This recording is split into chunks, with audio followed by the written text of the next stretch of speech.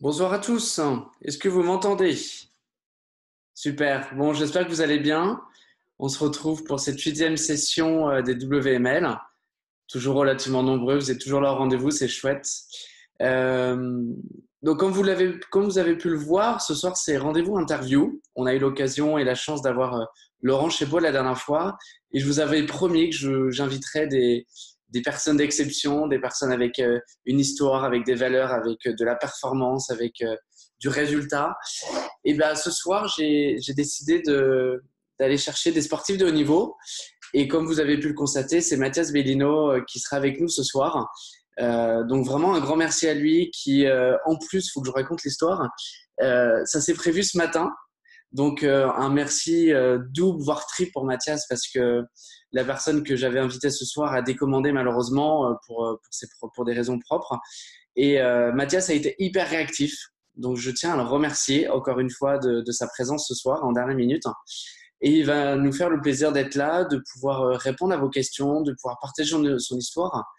Et ce qui est important et ce qui est intéressant dans les partages des sportifs de haut niveau, c'est de pouvoir faire le parallèle entre finalement la performance, le dépassement de soi, la sortie de zone de confort, la préparation mentale qui permet d'aller chercher des performances, de vraiment d'aller chercher des palmarès. Et finalement, il y a des grosses passerelles avec l'entrepreneuriat, puisque aujourd'hui, les entrepreneurs qui performent, bah, c'est dans la même dynamique, c'est le même état d'esprit. Et je crois qu'il n'y a rien de mieux qu'un sportif de niveau pour nous partager, surtout un sportif qui a été 2 fois champion du monde, qui a gagné nombreuses compétitions internationales. Donc, bah, c'est avec grand plaisir que je t'accueille, Mathias. Alors, je vais réactiver ton micro. Est-ce que tu m'entends? Est-ce que c'est bon? Ouais, je vous entends. Bonjour à tous. Super. Alors, pour info, tout le monde a les micros coupés. Et les gens pourront les réactiver au fur et à mesure s'ils ont des questions à te poser. Donc, ce soir, c'est vous qui avez la parole encore une fois. Je vais démarrer, moi, l'entretien, l'interview. Et n'hésitez pas à lever la main informatiquement que je puisse voir et vous donner la parole. OK? C'est OK pour tout le monde? Super. Et évidemment, ce rendez-vous est enregistré. Il y aura un replay qui sera disponible 2, 3 jours, comme d'habitude, pour permettre aux retardataires d'être là. Ok, Mathias. Donc, on t'a rencontré, nous, à Cannes, au mois d'octobre. Donc, Exactement. tu nous as fait le plaisir d'être présent et de nous partager ton histoire. Je pense qu'il y a des personnes qui sont là ce soir qui étaient présents à Cannes également. Donc, toi, aujourd'hui, tu es sponsorisé avec Rimblue, donc avec l'équipe NBS pour ta team Honda, c'est ça? Exactement. Voilà. Ok. Ce que je te propose, Mathias, pour ce soir, c'est dans un premier temps de nous raconter un petit peu ton histoire pour ceux qui ne te connaissent pas, parce que tu as une histoire quand même assez atypique. Et ensuite, on rentrera un peu plus dans le performance, la préparation mentale, le dépassement de soi, euh, comme je disais tout à l'heure, avec les liens que ça peut faire à l'entrepreneuriat. Écoute, pas de problème. Euh, donc, euh, donc voilà, Mathias Beino. Aujourd'hui, j'ai 28 ans. J'ai commencé la moto très jeune, la moto tout-terrain, avec mes parents parce que mes parents ont fait le Dakar. Ma mère a été plusieurs fois championne de France d'enduro. Elle a gagné le Touquet, elle a fait 6 fois le Dakar aussi. Donc voilà, forcément, j'ai été mis le pied à l'étrier assez jeune. Au début, je n'étais pas spécialement bon, puis après, j'ai pris quelques cours et tout de suite, j'ai progressé. Et puis, on a commencé à faire les championnats de France, etc., en motocross, exactement. À l'âge de 19 ans, je suis passé en enduro et, euh, et c'est là que ma carrière a vraiment commencé à exploser. Donc, j'ai eu des bons résultats d'entrée de jeu et, euh, et j'ai été donc champion du monde junior dès la deuxième année. Et après, j'ai enchaîné les titres de champion du monde par équipe avec l'équipe de France. Au 6 jours, c'est une course particulière. Et puis, j'ai été à nouveau champion du monde individuel en 2015 en élite. Donc voilà. Après, mon objectif, c'était de partir en rallye raid, donc faire le Dakar. Et j'avais signé auprès de la meilleure équipe pour ça, le team Honda HRC pour ceux qui connaissent. Et, euh, et en me préparant, l'été 2018 pour le Dakar 2019. Du coup, j'ai eu un grave accident sur une course en Argentine. Et voilà, je me retrouve aujourd'hui paraplégique. Et donc, c'est encore assez frais. Et ça fait pas très longtemps. Et à côté de ça, j'avais créé un team, un team privé de moto en enduro, du coup, pour me faire rouler en 2018 avec des Honda. Et l'hiver 2018, j'ai décidé de le conserver, en fait, ce team. Et aujourd'hui, je fais rouler des pilotes en championnat de France et en championnat du monde d'enduro. Et, et puis voilà, du coup, c'est comme ça que, pour ceux qui connaissent Alex, qui est avec nous et qui est très actif au sein de d'INBS, et ben c'est comme ça que j'ai rencontré euh, euh, Patrick et tout le monde à Cannes, en fait, tout simplement. Et que de là est né un partenariat avec Ring Blue et ORC, mon team en enduro. Voilà. Super, génial. Et donc, du coup, le sponsoring a commencé quand pour toi là, avec Rinblue? Ah bah, c'est tout frais, en fait. Ça a commencé cet hiver. Et le temps enfin, en tout cas, les termes du contrat, on a négocié ça cet hiver. Et puis là, on a commencé avec les pilotes tout début d'année, là, en janvier, donc avec mes 2 pilotes qui utilisent déjà les produits forcément. Et là, tout se bouscule parce que ce week-end, ils viennent tous chez moi et on va tourner la vidéo présentation du team de cette année. Toutes les photos pour les partenaires et qu'on va étudier toute la saison, les photos officielles. Et puis, d'ici un mois, commence l'ouverture du championnat de France d'enduro. Et on enchaîne le week-end d'après avec l'ouverture du championnat du monde. Donc tout se précipite là en ce moment. Génial, c'est parti, c'est le feu, quoi. Exactement, tout se met en place. C'est beaucoup de boulot en ce qui me concerne parce que je gère tout de A à Z, que ce soit trouver les pilotes, trouver les partenaires, faire les contrats, commander les pièces, gérer le mécanicien, gérer le team, la structure, l'auvent. Genre, je fais tout de A à Z. Et puis après, ce que je préfère faire, mais ça, c'est en parallèle et c'est surtout le jour des courses aussi, c'est les entraîner et puis aller le jour des courses et les conseiller. Donc ça, c'est la partie la plus sympa du boulot et ce que je fais le mieux finalement, forcément. Et puis, et donc ça va commencer d'ici un mois. Mais ouais, j'ai eu un hiver chargé avec recruter tout le monde, les pilotes, les partenaires, gérer les contrats, etc. Donc là, tout se met en Mhm. place et déjà après ce week-end, on y va. Je pourrais souffler un petit peu. Ok, bah, merci du coup d'autant plus d'être présent ce soir parce que tu dois avoir un sacré paquet de travail à faire. Cette semaine, ouais, surtout en ce moment-là, ça fait plusieurs nuits que je me couche pas avant 2 heures du matin, donc c'est Ok, un peu compliqué à gérer. donc là tu te fais une petite pause ce soir pour ce rendez-vous. Et après, je vais me coucher parce que ce soir, j'ai tout fini, donc j'en profite directement après. Là, je vais me reposer un petit peu, mais je suis content d'être parmi vous, c'est tout à fait normal. Et puis, INBS, Ring Blue, ils sont tous une équipe hyper motivée derrière, donc c'est normal que je donne de mon temps en retour et ça me fait plaisir. Super, merci à toi en tout cas. Euh, du coup aujourd'hui là tu as 2 pilotes dans ton équipe, c'est ça? Tu as Hugo Blanjou et un autre, c'est ça? Exactement, donc le premier pilote, c'est Hugo Blanjou. On Ouais. a déjà commencé à communiquer un petit peu sur les réseaux avec lui parce qu'il a signé un peu plus tôt et il a déjà le matériel, les motos, etc. Donc il a commencé à communiquer. Et puis le deuxième, c'est pas encore officiel, on va dire, au grand public, mais ça va se savoir d'ici 3-4 jours là. Il Mhm. s'appelle Valérian Debeau. Donc Hugo va rouler en championnat du monde et en championnat de France en catégorie E2. Donc c'est, on va dire, quand même des grosses motos. C'est sur une 400 4 temps Honda. Et Valérian, lui, sera dans la petite cylindrée en E1 avec une 2,5 4 temps en championnat de France exclusivement et puis quelques courses satellites un peu connues en France et puis juste le GP de France, donc le championnat du monde qui prendra l'étape en France en fin d'année. Mhm. Voilà, ce sera le programme des pilotes pour cette saison. Ok, avec des termes techniques que je pense que la majorité d'entre nous ne connaissent pas. Ouais, j'essaye de pas trop en donner. Mais Après, pour non, ceux non, qui non, c'est connaissent, tant normal. mieux. Et puis voilà, j'explique un petit peu. Mais c'est vrai que la moto, c'est pas un sport très connu du grand public, malheureusement pour nous, parce que c'est très difficile de trouver des partenaires. Et puis en plus, l'enduro, alors les différences motocross, enduro, supercross, etc. Quand on n'est pas du tout dedans, c'est compliqué. Et en plus, Mhm. l'enduro, c'est encore plus compliqué dans le sens où il y a pas mal de catégories, question d'âge, de cylindrée, etc. Donc Mhm. c'est pas simple. Mais Ok. bon, je pourrais expliquer un petit peu à l'occasion si des gens ont des questions là-dessus, mais je pense pas que ce soit le principal intérêt de cette conférence ce soir. Effectivement, ouais, mais ça sera l'occasion, un autre moment si tu le souhaites. Ouais. Alors, moi, ce qui m'intéresse pour démarrer un peu plus et faire le parallèle, parce que tu étais sportif du coup depuis junior, enfin depuis que tu as commencé. Tu es Mm. passé du coup du côté plus management. Donc, c'est comme si tu as créé une équipe, donc c'est un petit peu comme si tu crées une société, mine de rien, hein, parce qu'il y a énormément de choses à gérer derrière. Euh, quel parallèle t'as fait toi aujourd'hui entre tes performances, ce que tu devais mener de front en tant que sportif, et aujourd'hui ce que tu fais en tant que manager d'une équipe, en tant que créateur d'une équipe? Qu'est-ce qui est le plus important? Alors oui, complètement, tu as tout à fait raison dans le sens où déjà ça commence par créer une société proprement parler. Donc on a créé une société euh, pour, avec des statuts pour le team. Après, du coup, la gestion c'est une gestion de société avec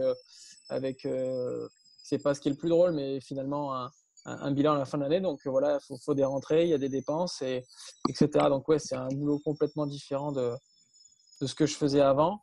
Mais il y a une chose qui est sûre, et je le savais déjà d'avant, mais moi, je compare pas mal les sportifs de haut niveau avec, on va dire, les chefs d'entreprise, les entrepreneurs, les businessmen qui arrivent parce que c'est pas du tout les mêmes compétences, mais c'est finalement le même travail de fond, autant acharné, obstiné, avec des objectifs à remplir et on compte pas nos heures. Donc voilà, là, le parallèle principal, à mon sens, il est à cet endroit-là. Et comme je l'évoquais tout à l'heure, il y a des périodes où c'est un peu plus calme, il y a des périodes où il faut travailler plus, et que ce soit dans une entreprise ou en tant que sportif en individuel. Et aujourd'hui, je suis dans une période où je compte pas du tout mes heures. Et il y a des fois où il y a des périodes où ce sera plus calme, mais en ce moment, c'est hyper agité, avec beaucoup de pression. Et c'est exactement la même chose que lorsque finalement on a une compétition ou on a des séances d'entraînement. Lorsqu'on est pilote, il y a des périodes comme ça, et il ne faut pas compter ses heures, et il faut avoir des objectifs et s'y tenir surtout. Hmm, c'est clair, c'est clair, c'est clair. Et du coup, dans tes qualités que tu avais en tant que sportif de haut niveau, qu'est-ce qui t'a le plus aidé à créer cette société? Parce que finalement, nous, on a tous créé notre société en tant qu'entrepreneur. Donc, on est en micro-entreprise ou vraiment plus pour certains. Mais finalement, les qualités que tu as pu avoir avant t'ont aidé. Donc, qu'est-ce qui peut faire la différence selon toi? Alors, c'est un petit peu les qualités de mes défauts, hein, mais en fait, je suis donc de base très exigeant avec moi-même, et c'est ce qui fait que j'ai pu arriver à faire ce que j'ai fait en tant que sportif. Maintenant, ça pose aussi des soucis dans la vie de tous les jours avec les gens autour de soi parce qu'on leur demande beaucoup aussi, mais ça, c'est un autre sujet. Et donc, être très, très exigeant avec soi-même, et, euh, et du coup, ce qui permet quand on a un objectif, s'y tenir et ne rien laisser au hasard. En fait, il faut rien laisser au hasard. Tout est calculé, tout est prévu, tout est anticipé, et, euh, et il faut s'y tenir. Voilà, c'est, on va dire, la qualité principale, une de mes qualités principales en tant que sportif. Et ne jamais rien lâcher. Il faut jamais rien lâcher. Et à un moment donné, même si c'est compliqué, à un moment donné, ça va forcément payer. Voilà. Hmm, yes, carrément. Je rebondis là-dessus justement parce que aujourd'hui dans l'entrepreneuriat et nous dans notre métier de networking, c'est un métier qui est simple à mettre en place mais qui reste complexe quand même à développer. On travaille beaucoup sur le développement personnel, sur justement sur le mindset, sur vraiment sortir de sa zone de confort, dépassement de soi. Et on dit Exactement. souvent que les personnes qui tiennent le cap sont des personnes qui ont un pourquoi. On appelle ça le why. On le retrouve Ouais. dans pas mal de bouquins, d'audio. Quel a été toi ton pourquoi qui t'a amené justement à te dépasser et à ne pas te dire ok j'abandonne quoi.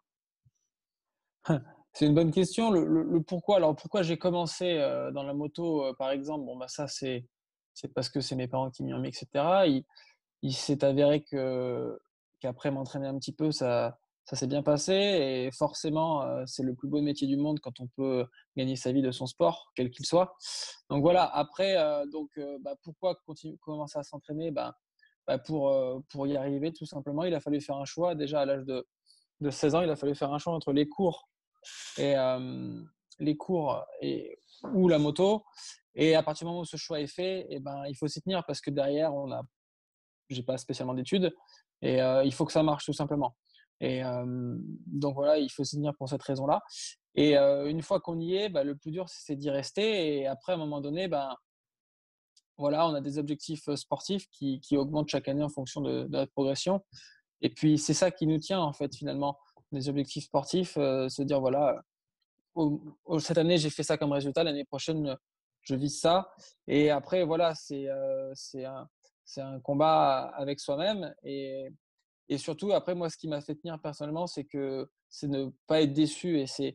Je déteste la déception. On en vient à l'exigence envers soi-même. Et du coup, se forcer à, voilà, ce qui fait, lever le matin, aller faire du vélo quand il pleut, aller rouler quand il pleut, quand il fait froid, quand il vente, quand il neige, voilà, quand on n'a pas envie tout simplement et faire des sacrifices, ce serait beaucoup plus sympa de sortir en boîte avec les copains, de se laisser aller. Mais non, voilà, ce qui fait que moi je m'y tenais, de me dire le soir, voilà, j'ai rempli mes objectifs de la journée pour atteindre mon gros objectif et du coup, j'étais pas déçu, au contraire, j'étais content de moi parce que je sais que petit à petit, je mettais les pièces une par une pour y arriver. Et, Mmh. et du coup, j'avais pas de déception, même si ça marcherait pas. Et c'était ça qui me tenait, on va dire, en haleine tout le temps, même dans les périodes où j'étais pas spécialement le plus motivé, où Bien c'était pas le plus sûr. facile. Ouais, donc finalement, même si tu avais un objectif, on va dire plutôt moyen, long terme, tu t'es donné des objectifs court terme, quasiment quotidiens ou hebdomadaires, qui t'ont permis d'avoir une satisfaction et d'être toujours dans la motivation de te dire je l'ai fait ça, puis j'ai fait ça, puis j'ai fait ça. C'est Exactement. finalement le cumul de petits objectifs qui t'ont permis de garder le cap vers ton objectif plus grand, quoi. Exactement, parce que quand on a des gros objectifs dans la vie, que ce soit dans la vie de tous les jours, dans le sport, dans le business, etc., c'est des fois à très long terme et c'est très dur de s'y tenir. Ou même, je vais dire une bêtise, perdre du poids, par exemple, c'est un objectif de vie peut-être que des personnes ont. Et c'est dur, c'est très dur parce qu'il y a de la privation, il y a des efforts et puis il faut du temps. Et tous ces objectifs, quels qu'ils soient, ils sont durs à atteindre parce qu'on ne voit pas forcément les résultats de suite et que c'est du long terme. Donc, c'est pour ça qu'il faut se fixer des plus petits objectifs. À mon sens, du moins, c'est un peu ma méthode, des plus petits objectifs qui ont des résultats à plus court terme, mais qui sont toujours dans le sens d'aller dans le sud du long terme, en fait. Et, euh, et chaque petite victoire de remporter, elle est motivante, elle est satisfaisante, et c'est ce qui fait qu'on va de l'avant. Mm.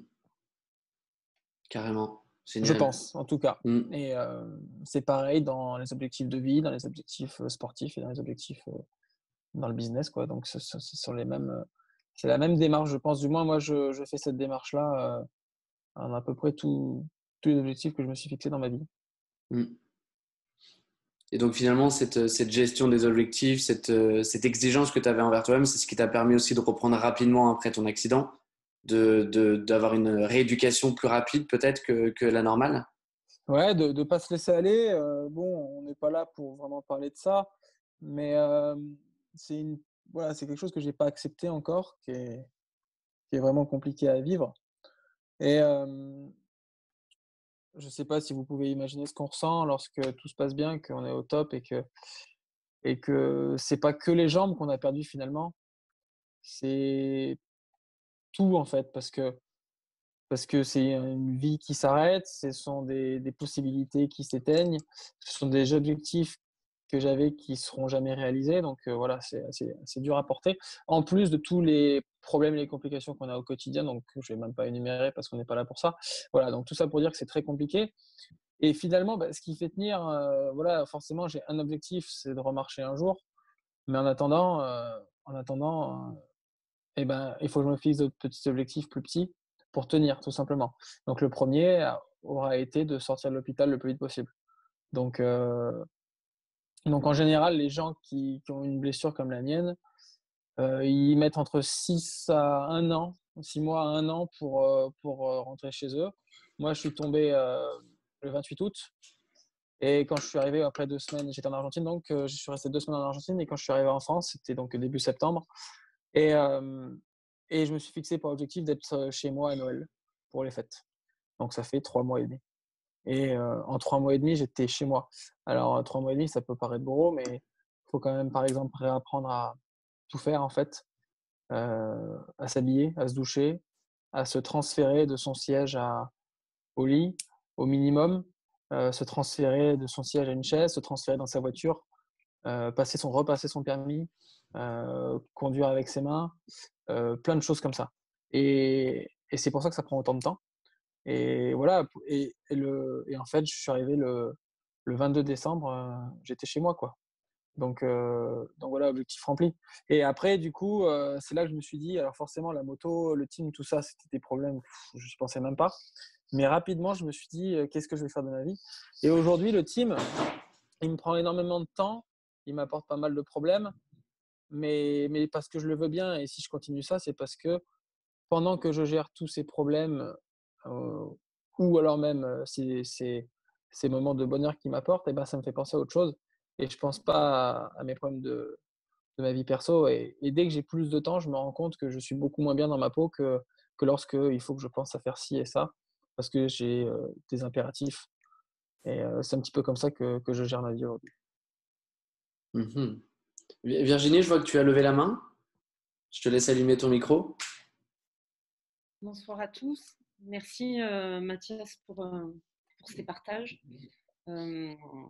Plus personnellement, moi j'avais un oncle qui était tétraplégique, donc ce que tu vis, je l'ai vécu de près pendant des années à ses côtés, assez proches. Donc bravo pour ton courage et c'est un très très bel exemple pour nous tous, avec des petites douleurs, des petits bobos, des petits tracas quotidiens, mais qui sont complètement insignifiants.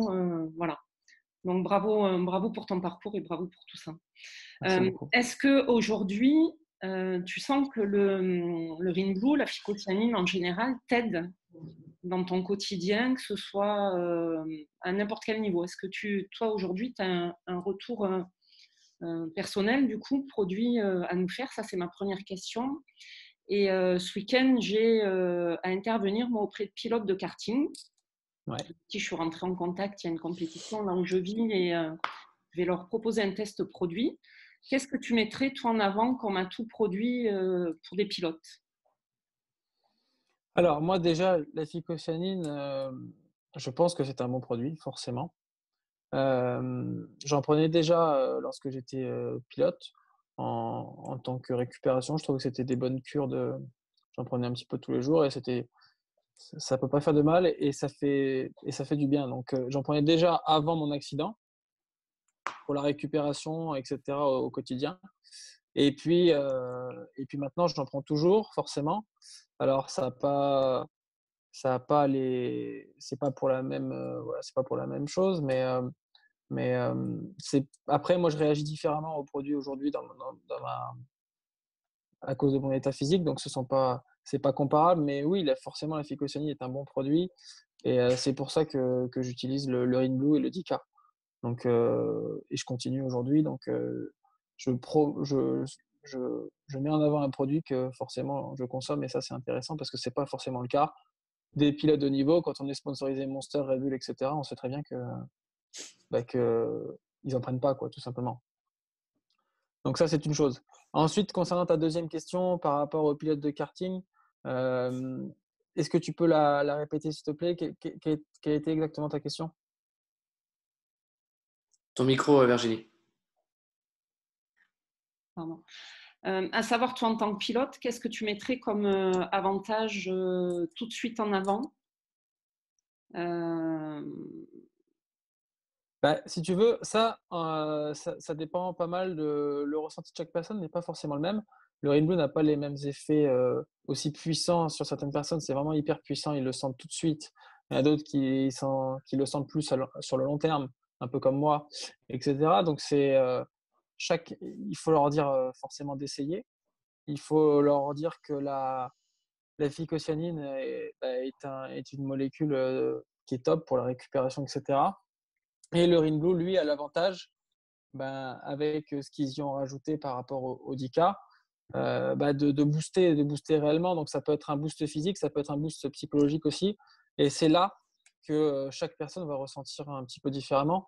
Moi, je sais que Hugo Blanjou, dès que je lui ai, dès que je, donc je lui ai passé des produits Rin Blue, et au bout d'une semaine, il me dit, mais je sais pas, Ça a été ces mots exactement, mais je ne sais pas si c'est un effet placebo, mais je suis beaucoup plus en forme. Donc voilà, ça, c'est son ressenti à lui et c'est très bien et j'en suis très content.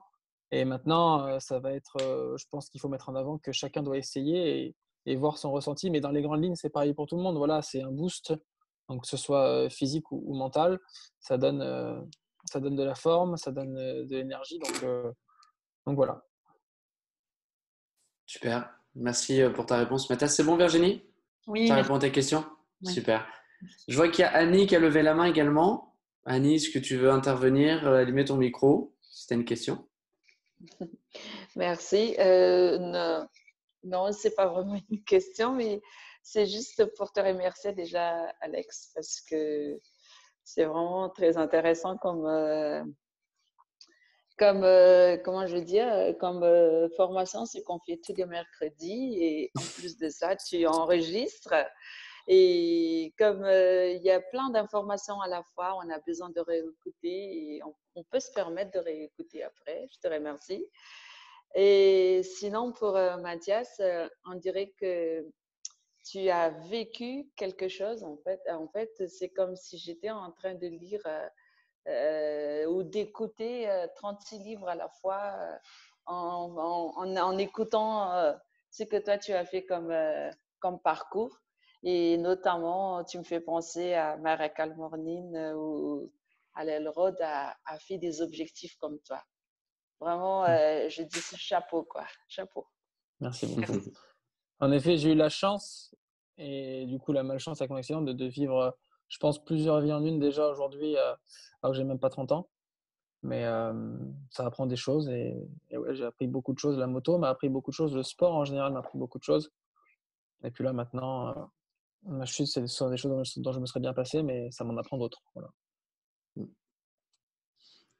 C'est bon, Annie, du coup? Ou tu veux Oui, rajouter c'est quelque bon, chose? merci. Non, non, c'est Super. juste pour remercier, merci. Merci pour ton Merci à intervention, toi. Annie. Du coup, après recul, après déjà le parcours de sportif de haut niveau que tu as, et évidemment, sans aller dans le détail, mais de ce que tu as vécu, quelles sont pour toi aujourd'hui les clés de la performance quand tu veux développer un projet? Donc, tu as développé une société, tu as développé de la performance sportive. Qu'est-ce qui est le plus important pour toi?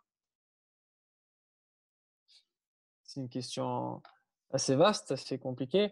Est-ce que tu peux faire quelques précisions peut-être ou? L'idée, c'est quelles sont les clés dans peut-être l'attitude, pas dans le caractère qu'il faut avoir, mais on parle souvent je sais pas, il y a des personnes qui vont mettre en avant plutôt une vision long terme, d'autres qui vont parler plutôt d'action court terme, d'autres personnes qui vont mettre en avant justement la curiosité pour aller toujours chercher des nouvelles choses. Euh, Tout le temps en lien avec dépassement de soi, sortie de zone de confort. On va dire quelle est la qualité la plus importante que tu as pu soulever toi, qui est devenue la plus importante selon toi avec ton recul dans le développement de société, dans le développement sportif.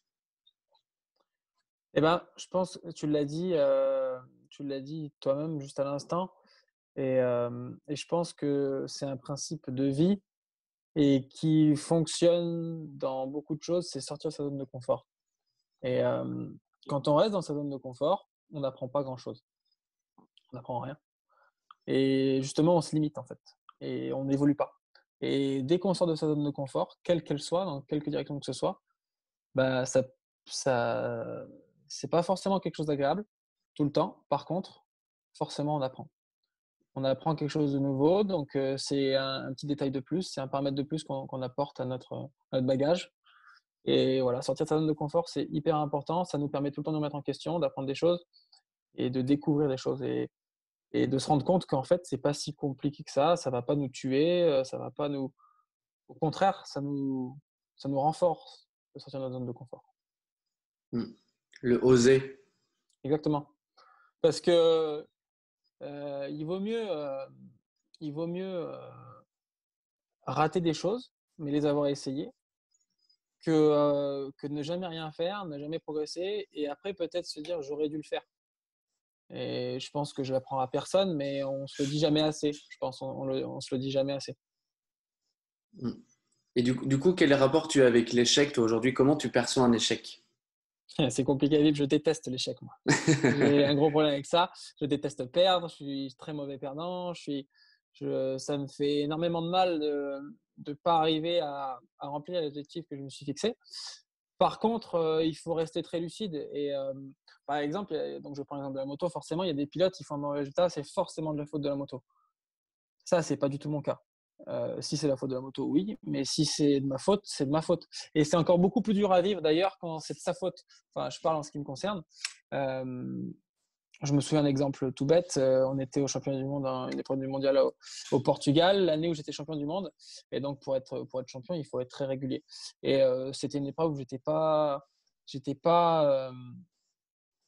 à mon aise, on va dire. Et donc, le but, c'était d'imiter la casse, c'était de faire des podiums, de rester sur le podium tout le temps.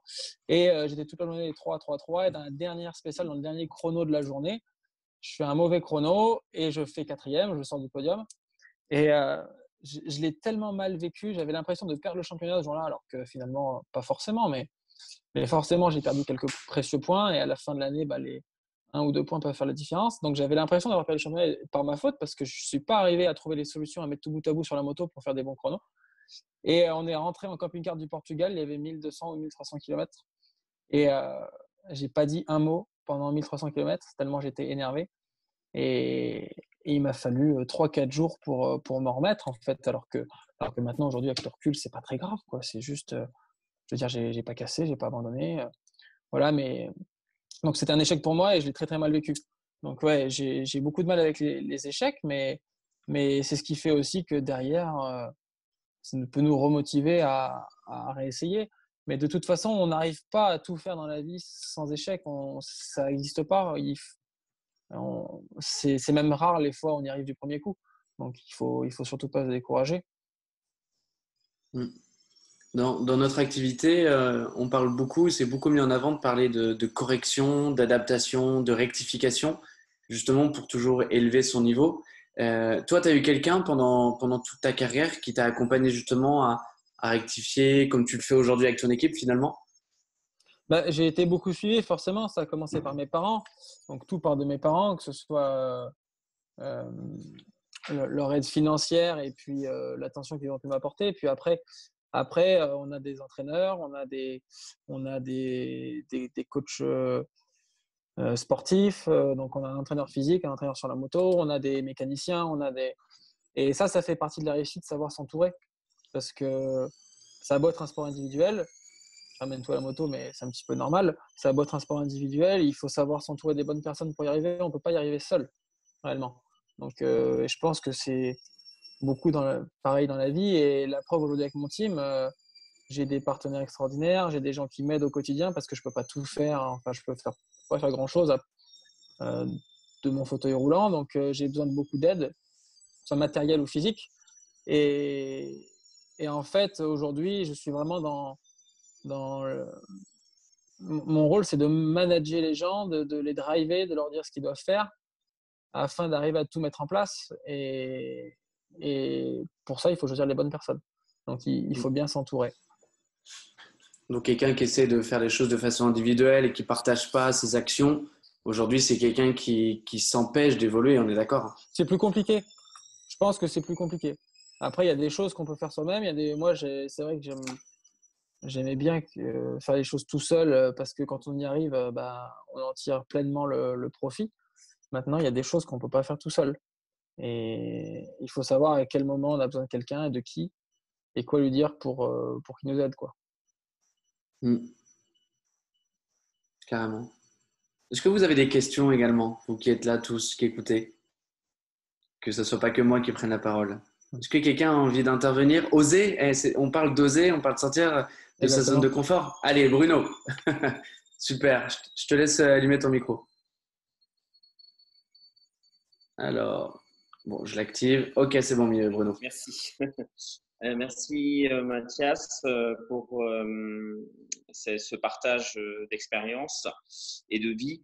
Moi, j'avais une question un petit peu plus personnelle. Comment, toi, aujourd'hui, tu définirais le choix d'un associé? Ça dépend dans ce que tu veux faire. Par exemple, toi, tu es dans quel brin? Enfin, Moi, je développe ma micro-entreprise au sein de INBS. Ouais. Et aujourd'hui, donc, je m'associe avec des personnes. Mais aujourd'hui, ma question, c'est comment on peut être sûr de notre choix par rapport à nos associés, d'avoir choisi la bonne personne au bon moment, au-delà de notre détermination et nos buts à chacun. Aujourd'hui, comment toi, tu vois, tu détermines un bon associé, J'entends plus du tout ce que tu dis, Bruno. Est-ce qu'il y a que moi ou Oui, moi j'entendais bien. j'entends plus rien? T'entends? Ah, Est-ce que mon micro a été déconnecté peut-être? on t'entend, nous. Non, vous m'entendez? Là, c'est bon, je t'entends. Ok, c'est revenu. Ouais, c'est revenu. Donc, vas-y, Bruno, reprends les dernières 10 secondes là. C'est bon. Oui, donc Les dernières 10 secondes juste à couper à la fin. Je posais la question en fait que pour toi, quelle est la vision que tu définirais pour le choix d'un bon associé dans une entreprise ou en tant que collaborateur voilà, c'est quoi qui pour toi c'est très difficile. C'est difficile. Ouais. C'est une question de feeling d'abord. Ouais. Et puis, de toute façon, les gens font leurs preuves au quotidien et au bout d'un certain temps, on peut se faire une opinion sur les gens en fonction de leurs actions. Et donc, du coup, les actions, alors s'il y a eu des actions qui ont été faites au préalable, c'est plus facile de juger. Après, si tu les connais pas du tout, c'est plus compliqué. Et puis de toute façon, après, c'est un associé, c'est un peu comme une compagne dans la vie. Au début, ça se passe bien, puis on la connaît pas bien, puis au fur et à mesure des années, on apprend à la connaître, à voir si ça se passe bien ou pas, et si elle nous déçoit ou pas. Et les gens, c'est dur de trouver des personnes qui ne nous déçoivent pas. C'est très dur. Donc moi, les caractères principaux, c'est la franchise, l'honnêteté, et essayer de trouver ça, d'arriver à le déceler rapidement ou pas, mais c'est être quelqu'un qui est droit, quoi, qui va au bout, qui n'a qu'une parole, voilà, qui dit quelque chose, qui le fait. Voilà, ça c'est très important. Après, il faut que ce soit quelqu'un de motivé et de bosseur. Mais quand tu as réuni déjà ces 3 caractéristiques-là, je pense que c'est pas mal. Merci Mathias. Ouais. C'est vrai que c'est une question intéressante parce que dans notre métier, on s'entoure toujours. Le but, c'est de créer des binômes, des trinômes, de permettre à des nouvelles personnes justement de développer une activité. Et c'est dur quand on démarre de choisir la bonne personne parce qu'on veut un peu tout le monde et on n'a pas le recul, on n'a pas l'expérience. Et c'est vrai que c'est délicat. Donc, merci Bruno pour cette question. Elle est top. Elle était top. J'avais une deuxième question. C'est pas évident. Je me permets de faire une toute petite parenthèse. C'est pas évident à répondre à toutes ces questions. Et ça, c'est pareil, ça fait un petit peu partie de moi, sortir de ma zone de confort. Parce que c'est des questions auxquelles j'ai jamais été comment on dit, je trouve pas le mot. J'ai jamais été confronté exactement, voilà. Et du coup, ça, je pense que voilà, ce soir ou demain, je me dirais tiens, j'ai fait quelque chose de nouveau encore aujourd'hui. Et c'est ce qui est bien dans mon team aussi. J'apprends à faire plein de choses. Avant, j'étais vraiment que pilote. Aujourd'hui, j'apprends à faire plein de choses, à gérer des gens, etc. Donc voilà, c'était la petite parenthèse. J'avais une deuxième question. Est-ce que le mot gentil fait partie du langage d'un entrepreneur? Malheureusement, non, parce que quand on est trop gentil, on se fait marcher dessus. Merci. Et souvent, quand je vois un pilote, je lui dis mais toi, tu es trop gentil, tu n'y arriveras pas, tu es trop gentil. Et alors, il faut savoir être gentil avec ses amis. Oui, mais bien sûr. quand on met le casque, on peut être quelqu'un de gentil dans la vie, mais quand on met le casque, on ne peut plus être gentil. Et je pense que c'est pareil, on peut être gentil avec sa famille. Et puis, dès qu'on est à son bureau, malheureusement, si on n'est pas… Alors, il faut savoir… C'est là la difficulté du truc, c'est qu'il faut savoir être entre guillemets requin, mais correct. Parce que c'est très important quand même d'être correct. Ça fait dans la durée déjà. Ça fait qu'on crée des partenariats dans la durée. On crée la confiance envers les personnes autour de nous. Et c'est ce qui fait que ça marche. Par contre, il ne faut pas être trop gentil. Ce n'est pas possible d'être trop gentil, sinon on se fait avoir. D'accord. Merci. Merci Bruno. Rémi. C'est une certitude par contre.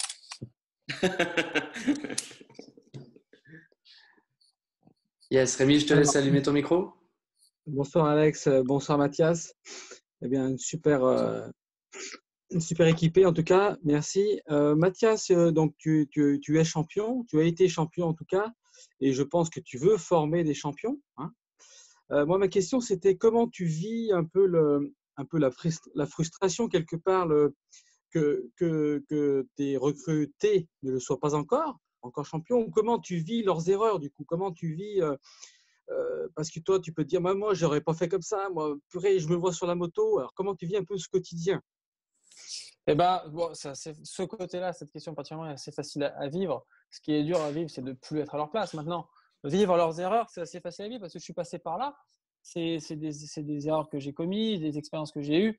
Donc, c'est assez facile pour moi de les corriger et c'est là qu'ils progressent bien plus facilement. Surtout que là, on est vraiment dans mon domaine, dans la moto, contrairement à ce soir avec des questions plus générales. Donc, je sais pas tout parce qu'on en apprend toujours, mais je sais beaucoup de choses et par rapport à leur niveau et à leur expérience, j'en ai beaucoup plus. Donc, c'est facile pour moi de les guider. Et c'est là que, du coup, je prends du plaisir à les voir évoluer plus rapidement ou qu'ils me disent sur le moment même ou le lendemain ou une semaine après, putain, mais t'avais raison, quoi. Et qu'ils sont contents parce que c'est des choses qu'ils auraient mis peut-être des années à comprendre ou qu'ils auraient peut-être jamais compris d'ailleurs. Et c'est ça que là, j'en tire. C'est le côté le plus plaisant de, de mon travail aujourd'hui, entre guillemets, quoi. Ok. Oui, tu es Voilà. passé par J'espère que là, j'ai donc répondu. c'est Ouais, que ce soit des gestes techniques sur la moto ou des choix quotidiens, des choix techniques sur la moto, que ce soit des choix de la vie de tous les jours, etc. J'ai la chance d'y être arrivé, donc par rapport à eux, j'ai connu pas mal de choses et ouais, c'est plaisant de leur faire partager cette expérience et de voir qu'ils sont contents de travailler avec moi et que ça progresse et que ça fait des résultats. ok. Je te remercie, Mathias. Ouais. Merci Rémi. Est-ce que quelqu'un d'autre voudrait intervenir, partager, Anthony, de poser une question? Bonsoir Mathias, bonsoir Alexandre, bonsoir tout le monde. bonsoir. Merci pour ton témoignage. En tout cas, c'est quelque chose qui est très fort. Moi, ma question, c'était est-ce que tu penses que l'écoute est un critère vraiment très important dans notre métier, Bah, dans la vie, je dans la vie? pense, dans la vie en général. Si on n'écoute pas les autres, on ne peut pas s'enrichir de leur expérience. Après, les gens peuvent dire beaucoup de conneries, mais ça, c'est à nous d'en juger. Et il faut d'abord commencer par écouter. On apprend beaucoup de choses à écouter les gens, je pense. Après, il ne faut pas écouter tout et n'importe quoi. Il faut savoir faire son tri. Mais regardez, vous écoutez tous. Alors, ce soir, par exemple, vous m'écoutez moi. Il y a sûrement des choses que j'ai dit ou que je vais dire qui ne vont pas plaire et que les gens ne vont pas être forcément d'accord avec moi. Mais ça fait partie de prendre de l'expérience, tout simplement, et de faire son propre avis et d'apprendre, tout simplement. Donc, je pense que ouais, l'écoute est hyper importante. On s'enrichit beaucoup plus à écouter qu'à raconter. On est d'accord. Super. En tout cas, merci encore pour ton De témoignage. rien. Alors, est-ce que quelqu'un d'autre veut intervenir? Alors, je vois pas tous les visages, hein, donc si vous levez la main physiquement, je vous verrai pas forcément. Ok, non, personne. Vous n'osez pas? On est combien d'ailleurs ce soir là, vous, là On est 51. On oscille entre 51 et 54 suivant les personnes qui ont des petits bugs informatiques. Ouais. Donc, ça Ouais, laisse quand même. c'est bien. Ouais. Mais à chaque fois, j'ai des gens qui me disent après, j'ai pas osé poser une question. Ben voilà, si c'est le cas parmi ceux d'entre vous, on en revient à tout à l'heure, sortez de la zone de confort. Qu'est-ce que ça va faire? Au pire, il n'y a personne qui juge, vous avez posé votre question, autant elle est très très intéressante. Si elle l'est moins, qu'est-ce que ça a coûté? C'est pas très grave. Et au moins, vous vous êtes dit, voilà, j'avais un peu peur de parler et en fait, ça s'est très bien passé et vous vous rendez compte que sortir de sa zone de confort, c'est plutôt, c'est toujours quelque chose de bon, quoi. Donc voilà, s'il y en a qui ont qui ont un petit peu une petite appréhension, il n'y a aucune question qui est bête. Voilà. Et C'est t'as ce que j'ai fait. t'as ton homonyme qui a levé la main, D'accord. Mathias. Si tu veux activer ton micro. Mathias. Ok. Salut Mathias. Salut. Je voulais juste te remercier pour avoir pris la parole, pour avoir ouvert ton cœur et nous avoir parlé, nous avoir dit toutes les choses que tu nous as dit. Pendant que tu parlais, j'ai recherché un petit peu sur Internet ton histoire parce que je te connaissais pas du tout.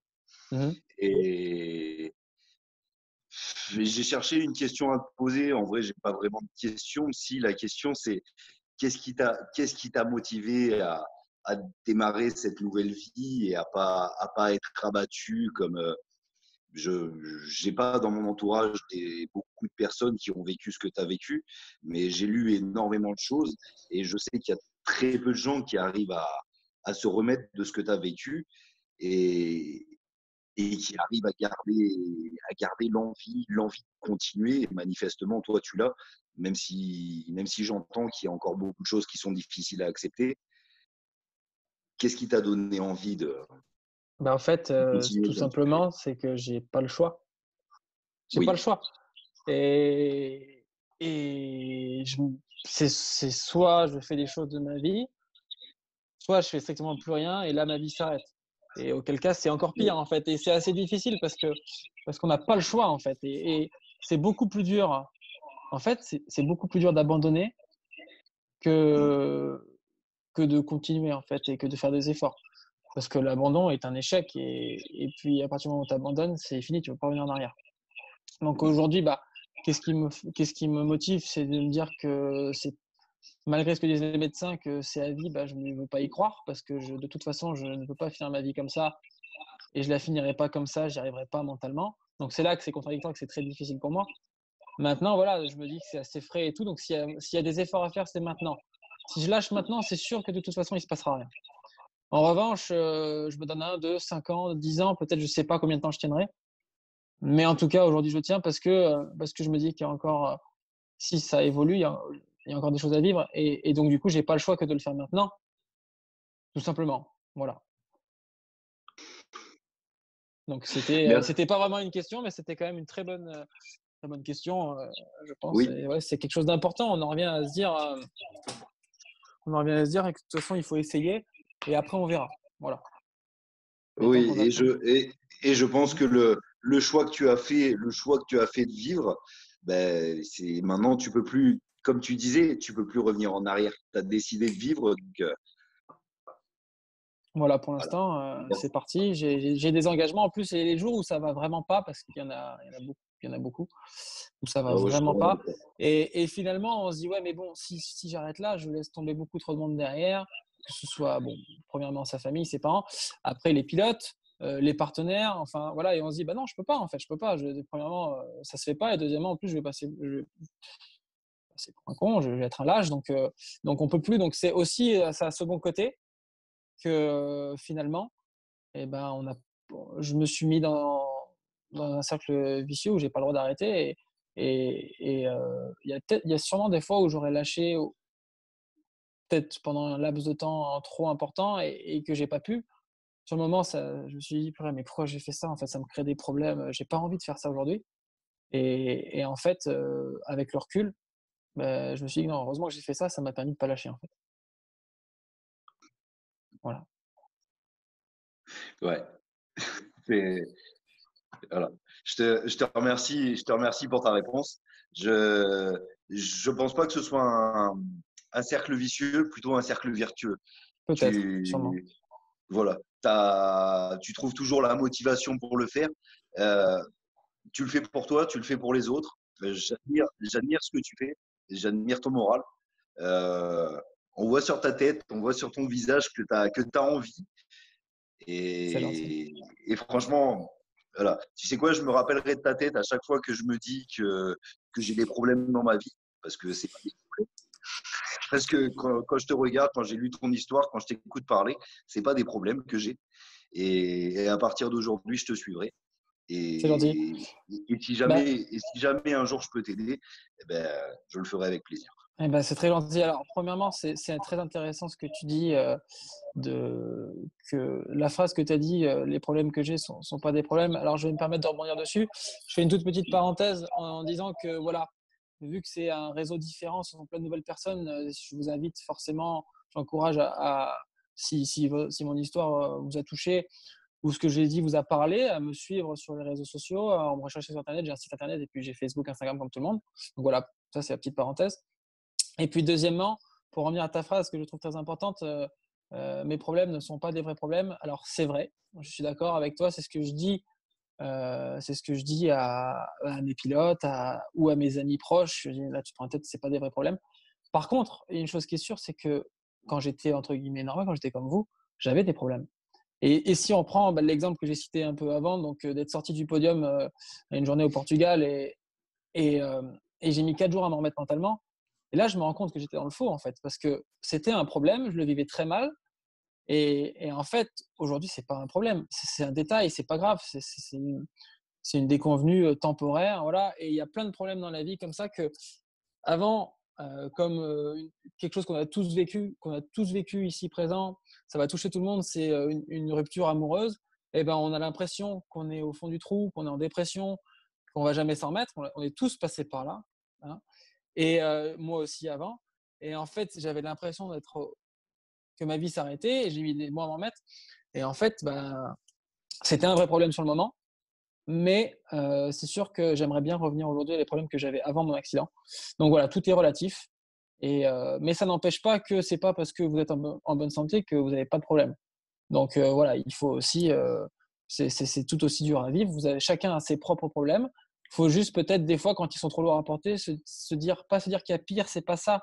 Se dire qu'on peut peut-être les gérer différemment et qu'il y a beaucoup plus grave. Oui, il y a beaucoup plus grave, mais ce sont des problèmes, mais il y a plus grave et on peut les gérer différemment. Et du coup, bah forcément, si on les voit différemment, ils seront moins importants. Voilà.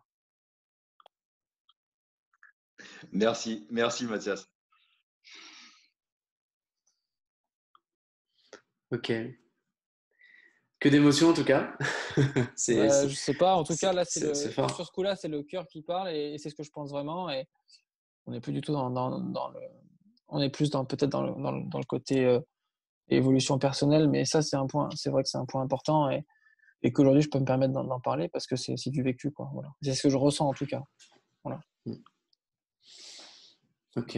Est-ce que quelqu'un d'autre voudrait intervenir, poser une question? On arrive sur la fin de cette interview avant que Mathias nous fasse une belle conclusion. Alors, quelqu'un veut en profiter ou pas? Non, pas spécialement une question.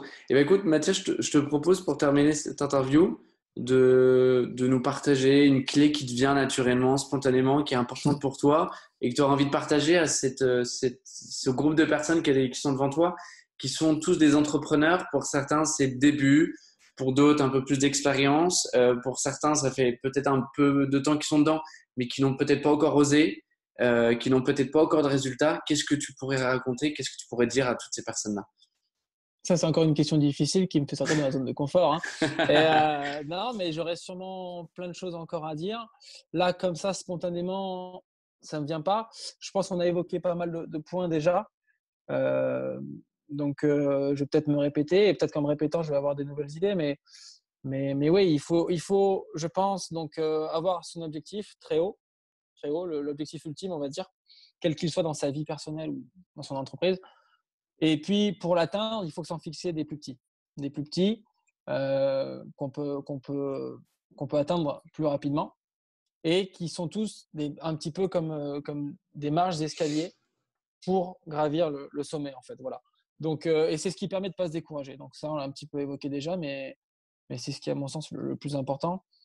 Et par contre aussi, il faut savoir se satisfaire de chaque petite victoire. Moi, c'est bête, mais quand j'ai une réponse positive d'un partenaire, quand je reçois exactement ce que j'ai commandé au bon moment, et ben voilà, je me dis que c'est le fruit de mon travail et que c'est voilà, si on n'avait pas eu par exemple cette pièce-là sur la moto à ce moment-là, et ben le pilote n'aurait pas pu faire sa course, donc on n'aurait pas eu le résultat, donc etc. On n'aurait pas de partenaire, donc voilà. Donc finalement chaque petit détail amène à la conclusion finale, au résultat final et est important. Et il faut aussi savoir s'en satisfaire. Et plus généralement dans la vie, il fait beau le matin, il fait soleil, faut savoir s'en satisfaire et ça permet d'avancer plus vite parce que il faut vraiment, la vie elle est importante à prendre vraiment du bon côté, à en profiter, même quand on a des problèmes, il faut savoir voir les bons côtés. Et les petits plaisirs sont les plus importants finalement, de bien manger, d'être avec des gens qu'on aime, de se faire une bonne soirée entre potes. Et voilà, et ça part de là. Et peut-être que je mélange un peu tout, mais c'est vraiment ce que je pense. Et il faut pas oublier de profiter des bonnes choses simples. Et c'est ce qui nous permet aussi, je pense, de faire le plein d'énergie pour ensuite attaquer les choses plus importantes, plus difficiles. Génial. Voilà. Sur ces belles paroles, sur J'espère ce que beau partage. que je vous ai pas trop ennuyé et que Oh, je pense pas, non. Je te reverrai un petit message sur les retours qu'ils me font. Si vous avez ouais, d'ailleurs envie tous de passer un petit message de remerciement ou autre, n'hésitez pas à écrire sur l'adresse mail de Wednesday Meeting Live. Ça permettra moi que je relaie à Mathias tous ces mots si vous voulez lui partager quelque chose. Je me ferai le relais. Et bah, merci encore Mathias pour ton intervention. Merci d'avoir été aussi spontané. Très belle histoire, très belle valeur et ça fait plaisir d'entendre des personnes comme toi et ça encourage en tout cas et ça nous booste pour faire les choses. Donc merci infiniment pour ta présence ce soir, surtout au dernier moment en plus. eh ben, tant mieux alors. Je suis content de l'avoir fait. J'espère que ça vous a intéressé. Et puis voilà, si vous voulez me suivre sur les réseaux sociaux, eh ben, c'est avec grand plaisir. Et puis en général, j'essaye de répondre à tout le monde, mais c'est pas tout de suite. Si vous envoyez un message, je répondrai.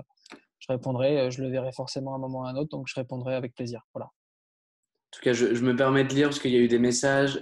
Bravo Mathias, ne jamais renoncer. Merci Mathias. Une leçon de courage. Merci Mathias de ton témoignage et de ton temps. Merci pour ce partage, tu as su parler avec ton cœur et merci pour toutes ces émotions. Un excellent booster pour nous motiver. Merci d'avoir été avec nous. Bravo, un champion au grand cœur. Voilà les partages des gens qui sont là ce soir en direct que je lis. On parlait des petits plaisirs. Ben voilà, de base, je me permets encore de refaire une petite phrase. De base, tu m'as contacté ce matin. Si on prend donc le schéma tel qu'il est, je vais parler des gens que je connais pas. J'ai pas beaucoup de temps, j'ai pas forcément l'envie. Bon, ben, je l'ai fait, mais tu vois, aujourd'hui, je l'ai fait et ben, je suis content. Je vais me coucher. Je me suis dit que j'ai fait quelque chose d'intéressant, de nouveau. Et que j'ai pas perdu une heure, au contraire. Et voilà, ces petits messages de fin là, ils font plaisir et donc ça va faire partie de mes points positifs de ma journée. Et on en revient à ce que j'ai dit juste avant, de prendre ce qu'il y a de bon et de savoir accepter les bonnes choses et reconnaître voilà que ça c'est un plaisir de la vie. Et ben merci pour vos messages, ça me fait plaisir, ça me touche. Si j'ai pu en toucher quelques-uns, ben voilà, ça me touche, ça me fait plaisir et je me dis que j'ai pas fait ça pour rien, au contraire. Voilà. Super. Parfait. Bah Et écoutez, bah écoute, bonne soirée à tous. Merci de m'avoir écouté et puis à une prochaine peut-être. super. Merci Mathias, merci pour ta présence. Et puis à tous les autres, je vous souhaite une très belle soirée, une belle nuit, plein de motivation et je vous dis à mercredi prochain. Au revoir. Merci beaucoup. Merci beaucoup.